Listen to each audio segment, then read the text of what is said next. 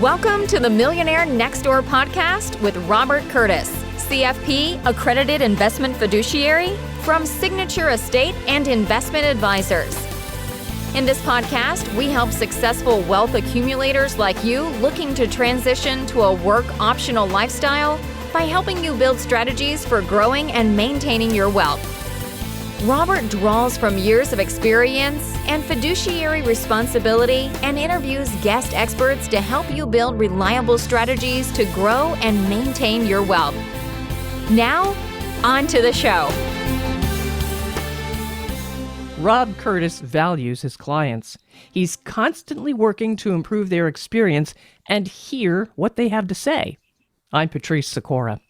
Rob, tell me more about what you've been working on lately. It's been quite the tumultuous time.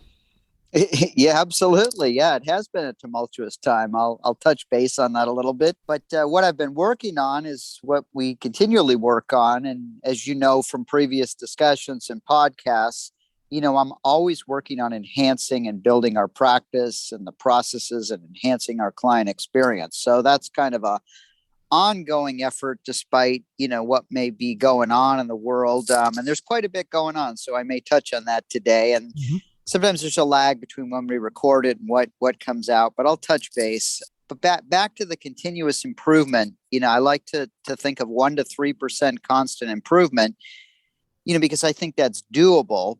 And it keeps us really engaged. We have a really well-developed and refined process. It's taken over 24 years to develop and refine, but it must constantly adapt. And we got to get better all the time. And this became incredibly apparent during the COVID lockdown. A lot of people froze or I just went to work, on the process and just what can we be working on, during that time. So I just want to let folks know that the basic message here as an advisor, I'm not content with the status quo, and I'm always working on elevating, our experience with clients. And I'm sharing this here because I want our clients and our community, online to know about some of the enhancements I'm making as part of the process right now. So recently you asked me what I'm working on. I've taken on the services of a consultant for the purposes of enhancing and elevating the client experience me and my team provide. So we're developing and refining the process. And as part of that process, I'm really making my clients the voice I listen to. I mean, I'm not that I didn't in the past, but I'm just making a much more deliberate and intentional effort. And I'm rolling this out, reaching out to some of my very best and longest, standing clients. I'm basically asking 3 questions of them. So this is not a lengthy process, but it's simple. Number one, what's the one thing you value most about your relationship with us? I really want to hear. I want to hear their thoughts. 2, if you could add one thing to the client experience, what would that be? So I'm really anxious to find that out. I'm starting to have some of these conversations. And then 3, when you talk about us to friends and family members, what do you say? Those are all really good questions. But now, come on. You're an established advisor. You're busy. You're still growing. This takes time, and it's going to take some deep reflection. Yeah. Where are you going to find the time for that? And actually, what have you found so far? Yeah, no, that's great. Great question. I'm just rolling out this process. So if anybody's hearing it and they happen to be a client and they're like, why has he not called me? I'd like to let me know for starters. I want to start there. And just let you know, please get a hold of me, say, wow, I heard about that. I'd really like to be part of this process. I'll kind of jump you up to the front of the line. So I just want to put that out there for starters. I've had a few of the calls. I don't know what they're going to hear. Sometimes what I think that we do or what they may tell me is the number one thing that they've done, may surprise me. So I'm just trying to get to this rough sense. I did have one meeting where we did this with the client. I had a strategy and tactical meeting. And so I was rolling it out. So I used as an opportunity to ask for 5 minutes to ask for their time and ask these questions. So they said, yeah, of course, they're really flattered that I asked it. So a couple of interesting, responses did come out. She thanked me for including her and said she was really impressed that I was taking the time. It does take time. Right. And then she thought it was really cool that, I'm always working on and enhancing the experience, and then I'm involving her. And she thought it was super cool that her advisor doesn't think he has it all figured out after 24 years. I mean, we have a lot of things figured out, but the world is always changing and Right. evolving. So we need to adapt. She also has commented, she said she was really surprised at my level that I'm still finding time to add new clients. And, I explained that I'm actually in a process of kind of working to grow down my practice. By that, I mean, we're definitely taking on clients that are good fits. I'm actually getting introduced to a lot of folks out of Texas, believe it or not. I know the world's changing out there, but we're taking a lot of folks in Texas. But, we're trying to do it very intentionally with really good fit aligned clients, that we're not trying to be everything to all people. We're trying to be really everything to a few select people that really, really fit our profile that we can really help. So, but also I just want to let folks know I do have capacity to take people on. I do have capacity to visit with people who may be introduced to us. And I take that very seriously. So, really with no expectation that they're going to come on and become a client. You mentioned that the lead into this, the volatility. So we're recording today on the 25th of February. Right. And just to put it in context, because this will be out, permanent on the internet, and it might not get released till it gets published and all that kind of stuff. Things could change a little bit. But a couple of major things are going on in the world. Russia's invading Ukraine. That's causing a lot of issues. It's causing oil to surge above $100 a barrel. Interest rates were in the process of going up. We're kind of winding down COVID a little bit. In Southern California, apparently, as of Saturday, one does not need to wear an indoor mask, provided you're vaccinated. I don't know how they're going to check, but I mean, we're getting more. We're moving further along in this process of just living with a permanent, thing in the biome. So quite a lot, and there's quite a bit for things, to be, concerned about for clients. So why am I mentioning this? This is the context. We are getting more calls, but there's a good chance that people I deal with, key clients, they may be feeling some anxiety. They may have friends or family members who are feeling anxiety and saying, what is your advisor doing? What's going on? Or how are you handling this? If they want that help, they want a second opinion, I'd be delighted to talk to them, especially if it's someone who's, close to them, a family member, if it's a friend, if it's someone who wants a second opinion, if they're just not sure. We know anxiety's up through the roof, right? Certainly with the and the news has a tendency, they just feed that, and so so at any rate, I just want to let people know, to her response, I'm surprised so we are finding the time. We take that very seriously, and if there's a good fit, and I want to just jump in here too. You've mentioned in the past several podcasts the fact that when you agree to meet with someone, it's out of respect for the person, your current client, who may have referred them, and for the person being referred. So the respect aspect really should be mentioned. Oh, 100%. I mean, we're looking at it as a favor to that person if they've introduced us. And I could be repeating content I said on prior podcasts, but, we understand they're not referring us or introducing us because they want to see Rob Curtis's business grow. That's not what their waking goal is. I mean, they probably think this person could use some help. This would be, if I don't introduce him and they have this conversation, then that's doing them a disservice. Mm-hmm. So we're just trying to respect that and be helpful. And if we can find a good fit along the way, but we love just helping people. So, back to something in our last podcast, you actually asked me a little bit about a recipe. I remember a question on a recipe. And so I did some more thinking about that, or really got that down. I like our clients to think of my team's process as a recipe. Like a recipe, we have many ingredients in the process.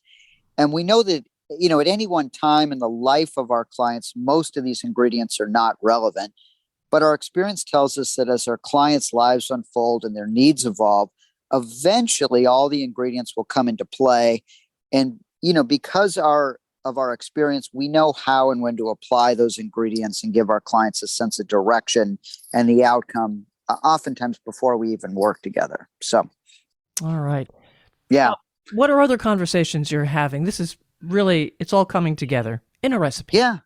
Yeah, in a recipe. So, the big conversation I'd like to say we have, I call them form conversations. I actually had a client who said to me, you should talk to this friend of mine and have a form conversation. I said, wow, this guy's really getting it. This is awesome. So he's literally advocating for me. But what form is, FORM, the F in form stands for family. I mean, family is just huge. We serve a lot of, multi-generational families. I mean, often it's leaving a legacy, that type of thing. The O in form is occupation, folks who are looking towards a work optional lifestyle. Mm-hmm. I got a call yesterday from a client who had planning on retiring soon this year. He was a little concerned about the consternation of the markets, but he said they'd extended his contract. They made it so worth his while. He was sticking around till October or November, but he's looking at a work optional lifestyle. So we see that, but what's going on around that? The R in form is recreation. If they're into skiing, hiking, travel, golf, this guy loves to golf, but he'll be putting his golf on hold a little bit. But I call that sort of people's recreational bucket list. What would they like to be doing? And the M is obviously the money. That's really the glue that makes that all move forward. But it's not. That's the how. That's not the why. So form is really the why behind financial planning. I mean, I love it because even when we're going through times of stress, I have a woman I just talked to before the call. She's building a new, she's remodeling her kitchen, $100,000.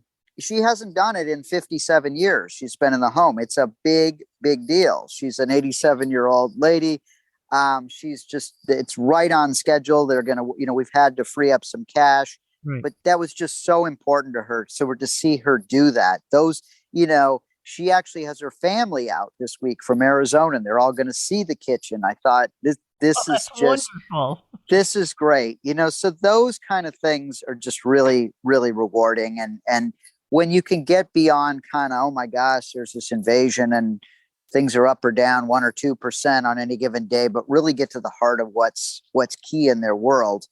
Those are really, really important conversations. So I can share a couple other key things, if you like. Yeah.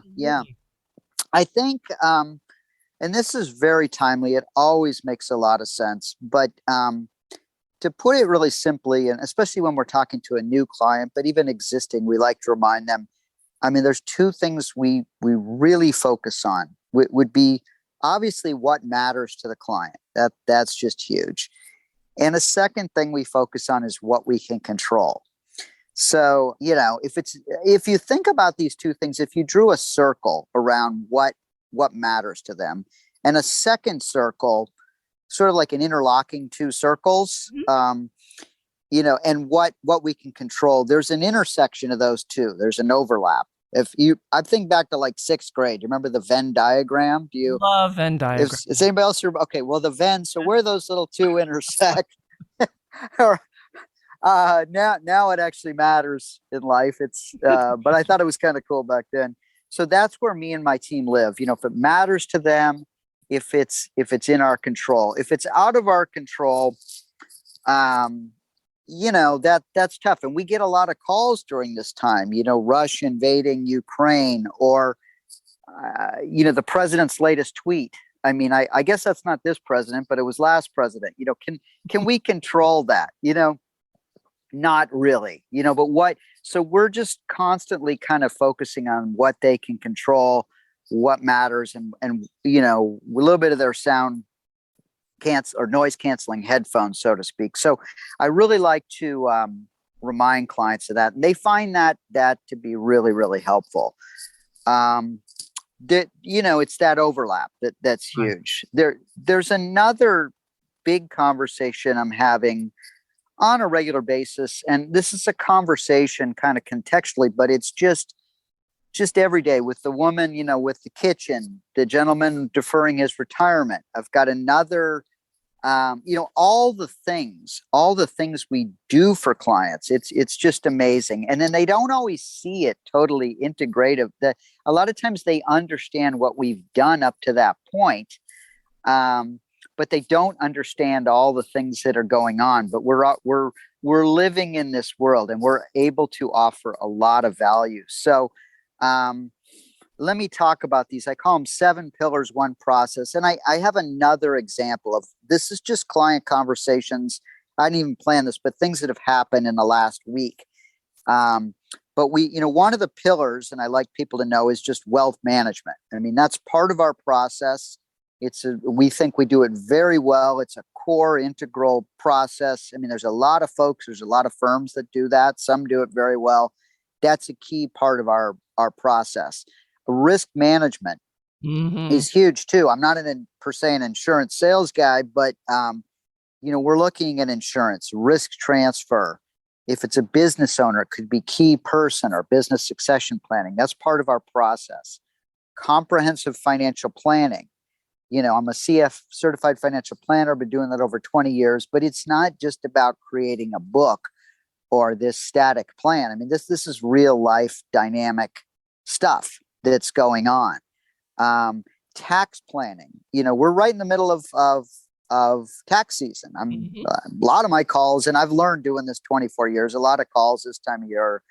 Where's my 1099? I can't, they're visiting with their accountant. They're thinking about retirement contributions. They're realizing how much they pay in taxes. I just had my tax appointment yesterday because my CPA pushed, and all's good. It was good to get that done, but it is shocking to see how much flows out from your income. I mean, I understand where people are coming from, believe me.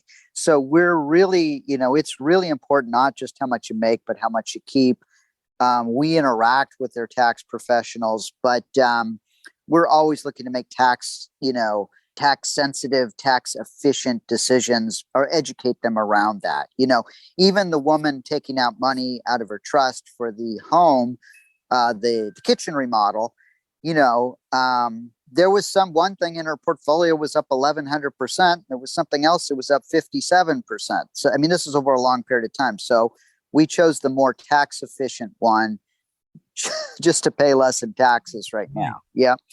They ultimately get what's called a step up in basis. She's 87. She's in pretty good health, but that's a big deal at that point. And they haven't taken that away from us yet in the tax code. So hopefully they won't. I know you're rolling your eyes a little bit. So no, I'm only saying that because my mother is just going to benefit from that this year. Yeah. She sold her house, and I said, no, don't worry about it. You got the step up in basis. And she looked at me. Yeah. I said, don't worry about it. Don't worry about it. Yeah. So, it ties in a lot. And our podcast is the Millionaire Next Door. So we're integrating with a lot of, if you're under 12 million bucks, you don't have a big estate planning issue right now. So that is really who we're dealing with more. But there is talk that could fall back to 6 million, isn't there? There's always talk. There's always talk about changes in the tax code, and I think it's somewhere between 6 to 9 million words in the tax code. It's boggling. Yeah. So there's always talk. But at any rate, estate planning that loops right into another. That's really important. These changes. People want their legacy to carry on, not just their money, but their values. We're having that. Retirement distribution planning, charitable giving. Some laws have changed around that, and they've made that pretty attractive, even when they took away a lot of deductions. So, that works well. And we have that conversation sometimes in concert with their tax, professionals. Cash management is another piece. That could be income. I get all kinds of questions. They're coming into some money. Should they sell off their home? Should they pay down this debt? Right. That's a conversation. What rate are they paying? How important is that? Can we grow that faster? These are conversations we're having. The final sort of pillar in this whole process is what we call our value-added support team, VAST, integrating with their tax professionals, with their estate planning attorneys, with their insurance professionals, also with their pension, business owners who are looking at maybe, you can put away $58,000 into a SEP this year or $61,000 in 2021. We have other people setting up 401ks and defined benefit plans. And I've actually talking to one of these individuals that I've worked with a lot on a number of plans. We're hoping to get her on the podcast so you can hear some real life examples. A lot of times these are set up for the business owner, but they've helped a lot of rank and file people too. And I see a lot of these millionaire next door type folks that, weren't these hugely wealthy people, but did it over 25 or 30 years. So those are all, really important conversations that I'm having, and they just feed in each and every day, into what we're doing in our conversations. And trying to think, when someone is introduced, if they are introduced or they're thinking about us, or we're having a conversation on fit, there's about 5 points I really like to come out and just weave into that conversation, because I think they're all thinking this. These are.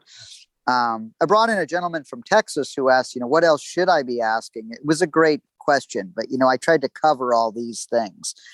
I guess the first would be, what do I do for my clients? That's, people want to know what, we literally, I do as many as 108 things. And I literally now have a sheet that I send out. But again, they often don't understand all these. They kind of know what we've done up to this point, not other things in that recipe that might be, introduced as their lives fold and their needs evolve. We definitely help them sleep well at night and keep them focused on what they can control and what matters. And if they can't control it, you can worry yourself sick, but how much good is that going to do? So we're intentional about that. I guess another question they might have is who we do it for. Our ideal clients. I've talked this millionaire next door. These are folks, again, that's 25, 30-year overnight success story. It was a long time coming. Some, they're often millionaires or multimillionaires.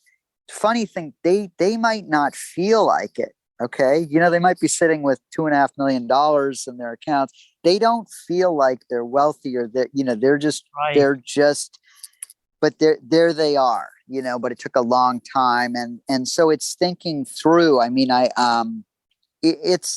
had a conversation earlier this week. I'll tell you, I got a call about 2 weeks ago. I have a couple clients going through this, but who've had, brain cancers through this COVID process. And so obviously we've connected much closer with the family and we're helping them. And in this case, it was the men who both got it, but the spouses were sort of the secondary. They were involved, but this was not their strong suit. This is not the area that was delegated to them. Now they have to take it on top of a spouse dealing with a really challenging issue.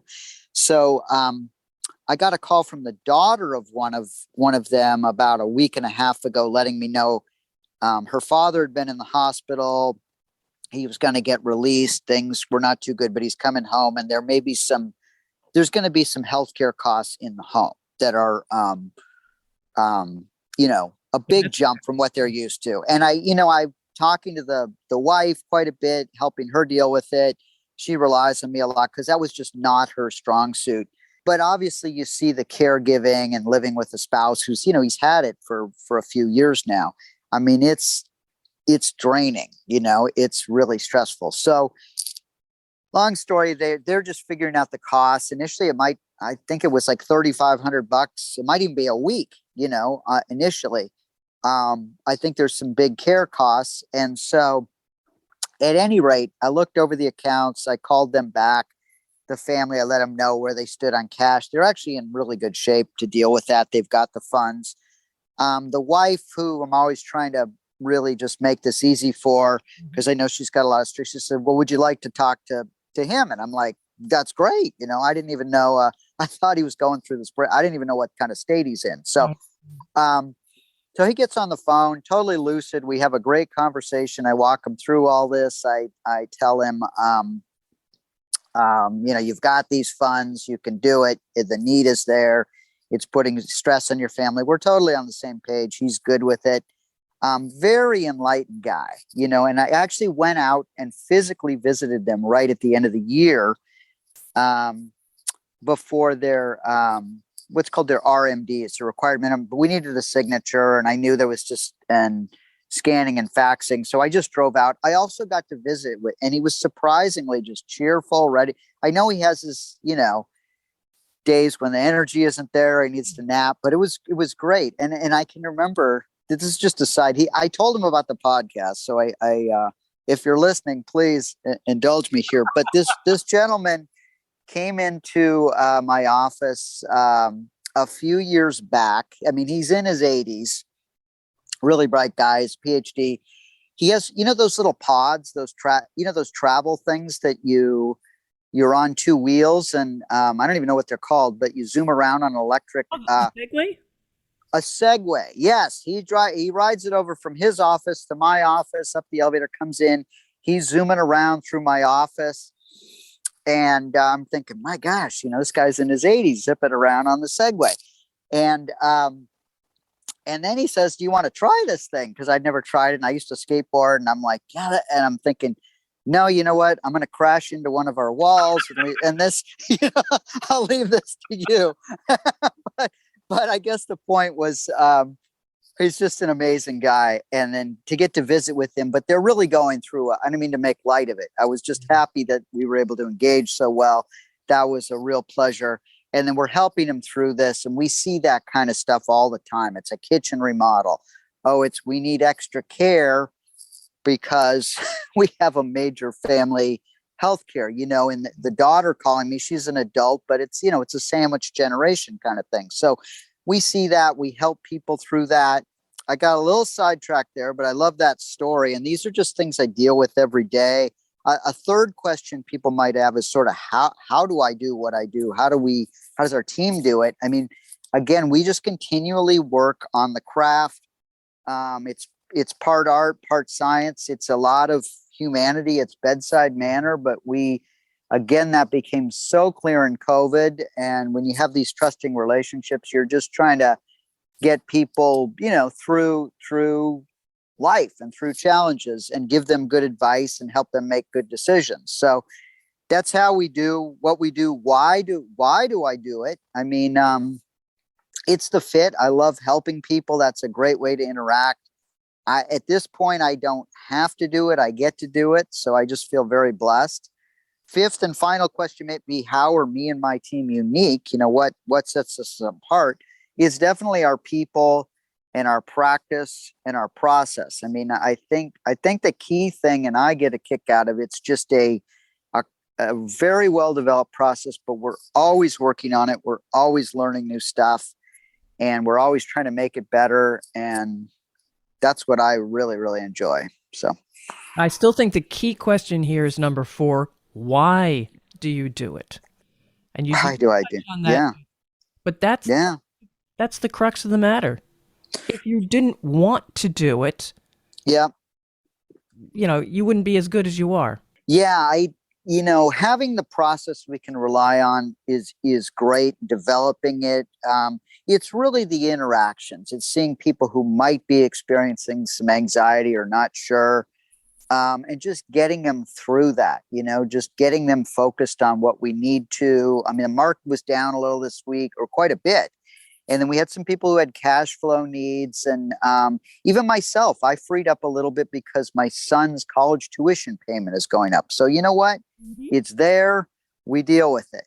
People are worried a lot about the future. They're thinking about the past. We're in the present. We're thinking about the future too. But why? Just the quality of interaction. I mean, it is amazing to see people too in their 80s, there's 90s. I have someone who's 100. See their grace, how they're, it's wonderful. And when you've dealt with them for years and their personality or they tend to worry about this or that, or they're just focused here. It's just really a joy. These are relationships, and we're stewards, we're fiduciaries. We appreciate that trust. It's really just helping them and interacting, and just, I just enjoy that interaction. So I'm just thrilled I get to do it.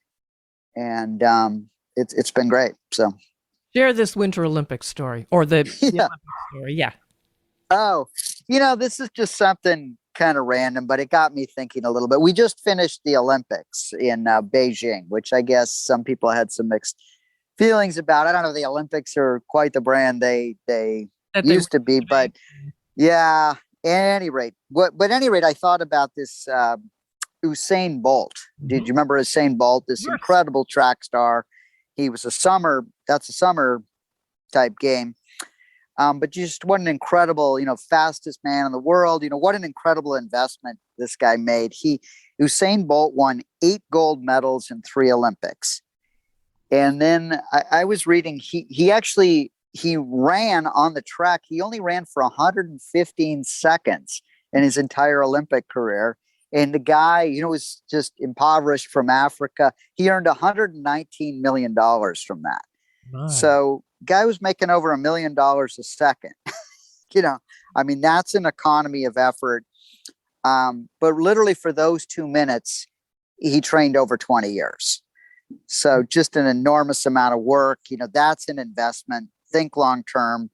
Patience pays. I just love that story. And it's sort of emblematic of our Millionaire Next Door on a smaller scale, but there's a parallel there. And, me, myself, I like to say I'm training for the centenarian Olympics.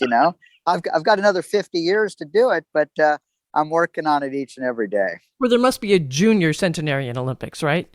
You could do that at 75, maybe? Yeah. Yeah, there is. So, always working on those things. I just enjoy working on the process, always trying to be a little bit better. That enables me to serve people a little bit better each day. And I don't want to get lackadaisical or say I've got it all figured out. We're just constantly trying to develop and train. And if you don't do those things, time goes by and other processes overtake you and your value diminishes. So we're just always trying to keep that up and keep that front and center. And we feel really grateful we get to do it. And then when we help clients, and when you think about all that training, or Usain Bolt and those, all those things people never saw behind the surface, all those decisions and sacrifices and effort, all that coaching, all that teamwork, all that went into that. It's miraculous. It doesn't, you don't just show up and, cause the other folks are trying to train and do that. And at any rate, Junior Olympics. Yeah, for sure. Thinking towards the end. Yeah. How can listeners reach you, Rob, to find out more about your training, your Olympic training? Oh, my Olympics. Yeah. Well, I'm not training for the Olympics here, but I'm just trying to train to be better. I don't have to always beat someone. I like to just be better than I was, prior. But certainly on Facebook, I'm very active on LinkedIn. They can email me, rcurtis, curtiss @seia.com. Get in touch if you have questions. We're going to try and bring some guests onto the podcast. If anyone has questions they want me to address, if anybody wants to be part of the process for unveiling, I'm pretty easy to reach. So, all right. That is Rob Curtis, 2 S's in Curtis. So thanks, Rob. Follow this podcast for the newest episodes and share with others you care about. It may improve your karma. I'm Patrice Sikora, and let's talk again later. Thank you for listening to the Millionaire Next Door podcast. Click the subscribe button below to be notified when new episodes become available. The information covered and posted represents the views and opinions of the guest and does not necessarily represent the views or opinions of Signature Estate and Investment Advisors or Royal Alliance Associates Incorporated, member FINRA SIPC. The content has been made available for informational and educational purposes only. The content is not intended to be a substitute for professional investing advice.